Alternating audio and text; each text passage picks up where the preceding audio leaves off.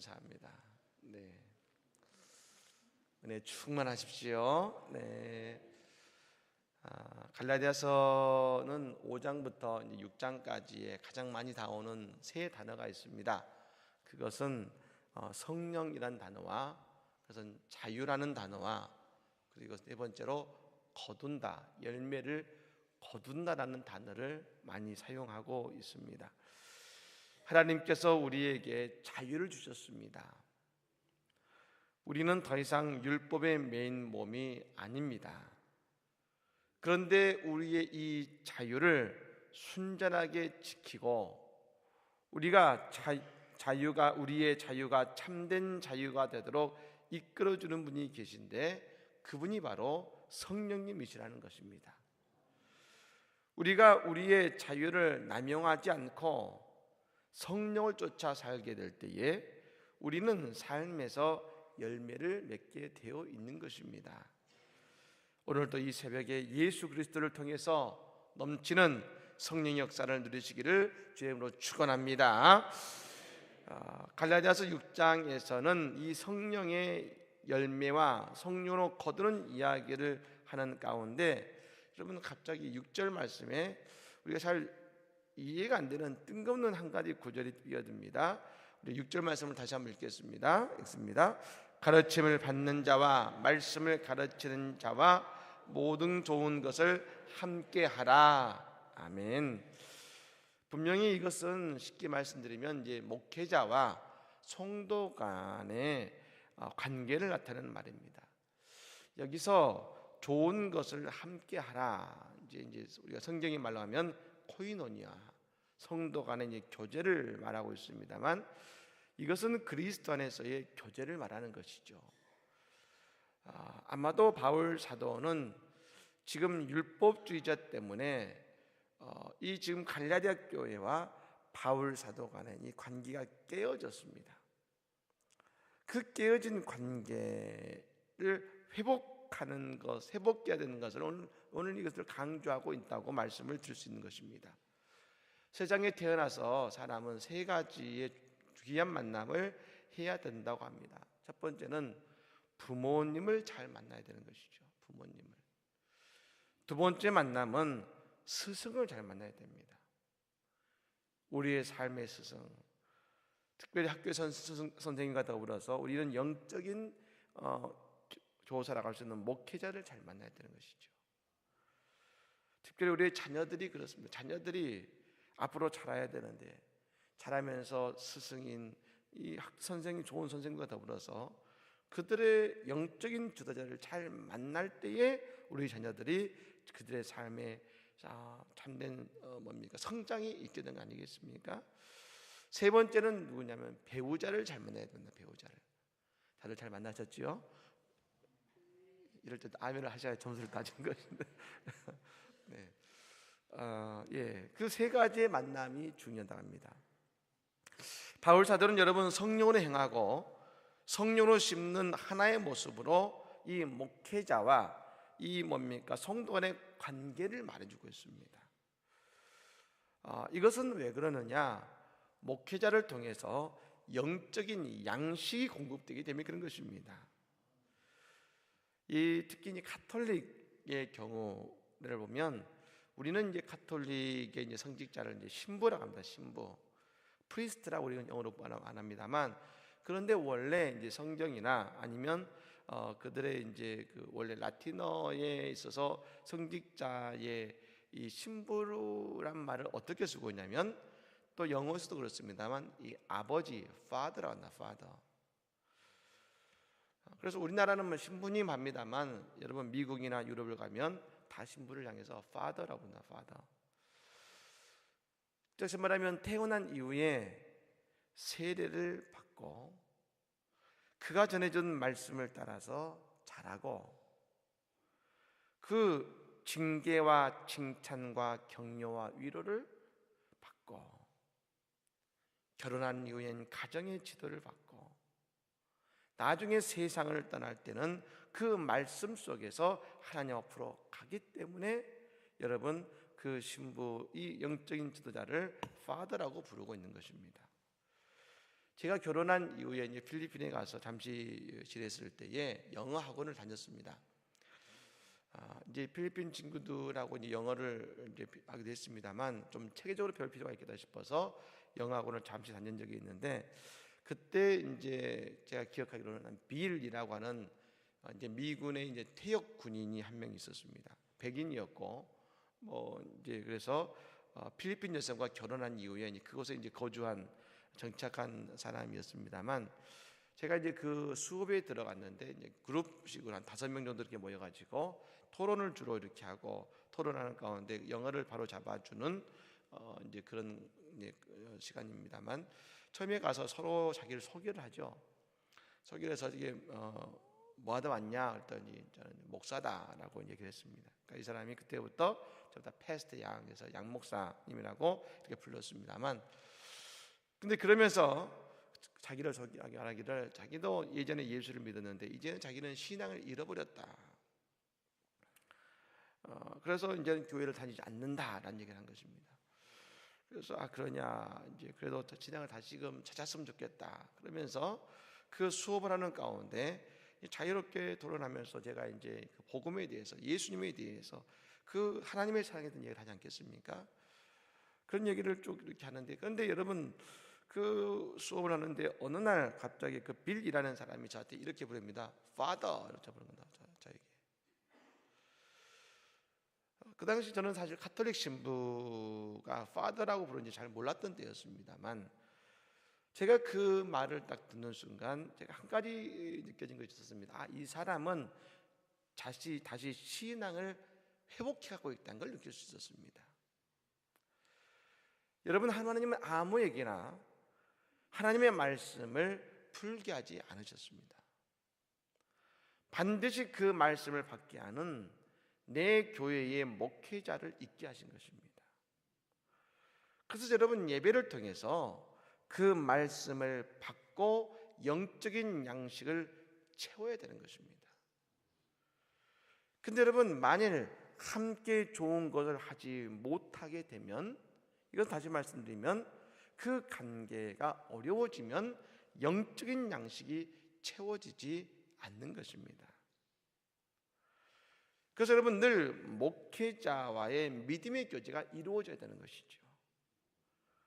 그리고 여러분, 그래야 예배 때에 주의전에서 흘러나오는 그 말씀 앞에 우리가 아멘 하는 우리의 신앙이 될 수 있는 것이고, 그 신앙이 될 때에 우리의 신앙뿐 아니라 우리의 삶과 영성이 살아나고 그 삶과 영성이 뻗어나가는 인생이 되는 것입니다. 그래서 여러분, 록펠러 어머니가 10가지의 교훈 가운데 두 번째 교훈이 이것입니다. 목사님과의 좋은 관계 속에서 하나님의 말씀을 듣고 따르는 것이 축복된 길이다 하겠습니다. 여러분, 그 말씀이 여러분 7절과 연결되는 겁니다. 7절 말씀을 한번 읽겠습니다. 스스로 속이지 말라. 하나님은 업신여김을 받지 아니하시나니 사람이 무엇으로 심든지 그대로 거두리라. 아멘. 사람이 무엇으로 심든지 그대로 거두리라겠습니다만, 여러분, 이 시대를 우리가 이렇게 이해할 수 있습니다. 어떤 분들은 목사님과 관계 안 좋으면 성경책 읽으면 되지, 읽어서 양적인 양식을 얻으면 되지 라고 우리는 생각하지만, 여러분, 이 시대는 성경책이 없었습니다. 성경책이 유일한 성경책이 어딥니까? 유대교의 회당 속에 있는 모세 오경이 다였습니다. 그래서 그들은 어떻게 영적인 양식을 얻었습니까? 그들의 목회자인 그 영적인 지도 목회자들이 그 가르치는 가르침을 통해서 말씀을 얻는 것이었습니다. 다시 말씀드리면 그 목회자의 말씀을 듣고서 그 말씀이 내 영혼의 씨가 뿌려지는 것과 같은 것이었습니다.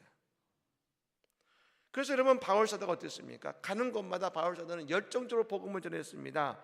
그 드로아에서는 밤늦게까지 복음을 전하다가 그 유두라는 청년이 창에서 말씀을 듣다가 졸아가지고 떨어져서 여러분 죽었었지 않습니까? 그래서 바울 사도가 그 말씀을 듣다가 떨어진 그 유두고를 살렸지 않습니까? 다시 말씀드리면 말씀을 받지 못하는 것은 힘겨지지 않는 것입니다. 그러니 뭡니까? 거두는 것이 없는 인생이 되는 것이죠.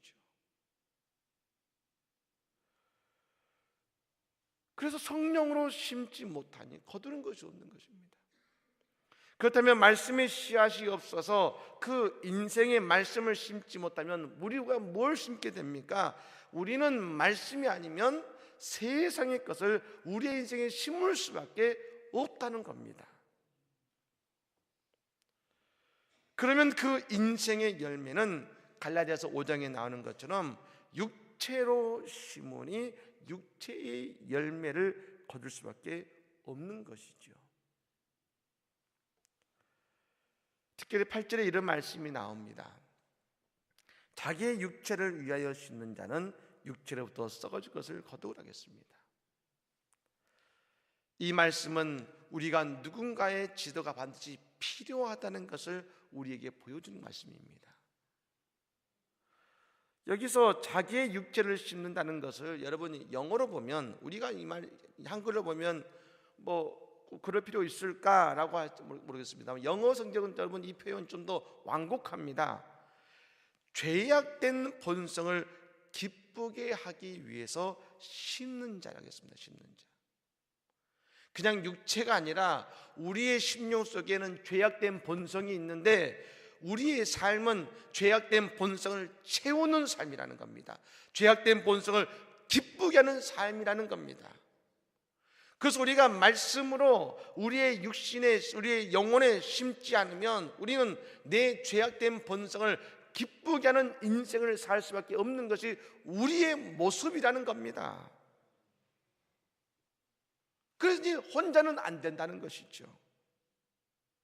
죄인의 본성은 세상에 죄된 것을 우리의 심을 수밖에 없습니다. 왜요? 그것으로 즐거워하기 때문에 그런 것이죠. 그 결과 늘 죄의 열매들이 우리에게 나타나는 것입니다. 우리가 여러분 누군가를 한번 미워하는 경우가 있을 겁니다. 사람 다 있지요. 왜 없겠습니까? 여러분 이것이 뭡니까? 우리의 마음에 미움을 심는 겁니다. 많은 사람들이 오해하는 것은 우리가 미움이 잠시 왔다고 간다고 생각하는데 그것이 아닙니다. 그것이 오면 그것을 우리에게 심는 겁니다. 그래서 그 안에 쓴뿌리가 나는 겁니다. 그러면 나중에 여러분 이것이 자라서 줄기가 나오는 것이죠. 처음에는 심는 거니까 보이지 않습니다. 줄기가 나면 나중에 열매까지 맺습니다. 그래서 여러분 성경에서 바울 사도가 우리에게 강조하는 중요한 가지 말씀이 있죠. 죄는 그 모양이라도 버리라. 그 모양이라도 버리라. 그래서 우리는 늘 우리의 심령을 성령으로 가득 채우는 성령 충만의 은혜를 날마다 경험하고 그런 인생을 우리가 살아가야 될 줄로 믿습니다. 여러분 R.A. 토레이 목사님은 늘 아침마다 이런 기도를 그래서 들다가 합니다. 이 R.A. 토레이 목사님의 기도를 여러분 들어보시면 좋겠습니다. 주님, 저에게 먼저 성령으로 충만함을 주옵소서. 그리고 성령의 인도하심을 통해서 하루길을 걷게 하옵소서. 제가 성령으로 충만하지 않을 때에 말하지 않도록 도와주옵소서. 제가 성령으로 충만하지 않을 때에 중요한 결정을 하지 않도록 도와주옵소서. 제가 성령으로 충만하지 않을 때에 함부로 행동하지 않도록 도와주옵소서. 성령으로 충만하지 않는 시간은 어떤 시간을 말합니까? 내가 기도하지 않는 시간을 말합니다. 내가 하루에 기도하지 않고 또 내가 하루에 말씀으로 내 안에 심지 않고 내가 살아가지 않으면 우리는 늘 육체의 것으로 죄된 본성 속에 죄된 모습을 즐거워하기 위해서 심을 수밖에 없습니다. 여러분, 그래서 말씀을 받게 되는 목회자와 좋은 시간을 갖고, 그리고 그 속에서 울려 퍼지는 말씀을 통해 내 안에 은혜로 심고, 기도할 때에 내 속에 있는 죄된 것은 다 예수 이름으로 몰아보내고, 그리고 성령으로 늘 충만하게 될 때에 말입니다. 우리도 여러분, 영적 성장을 위해서 가르침을 받는 자와 가르치는 자가 함께 코이노냐 관계가 되어서 말씀을 심을 때 말입니다, 우리는 늘 성령 충만함으로 우리의 심령이 하나님의 영으로 가득 채워지는 복된 인생이 될 줄로 믿습니다. 오늘 그런 놀라운 사랑의 역사가, 그리고 말씀을 심는 역사가, 성령 충만의 역사가 우리 가운데 가득하기를 예수로 간절히 축복합니다. 아멘. 찬양하겠습니다.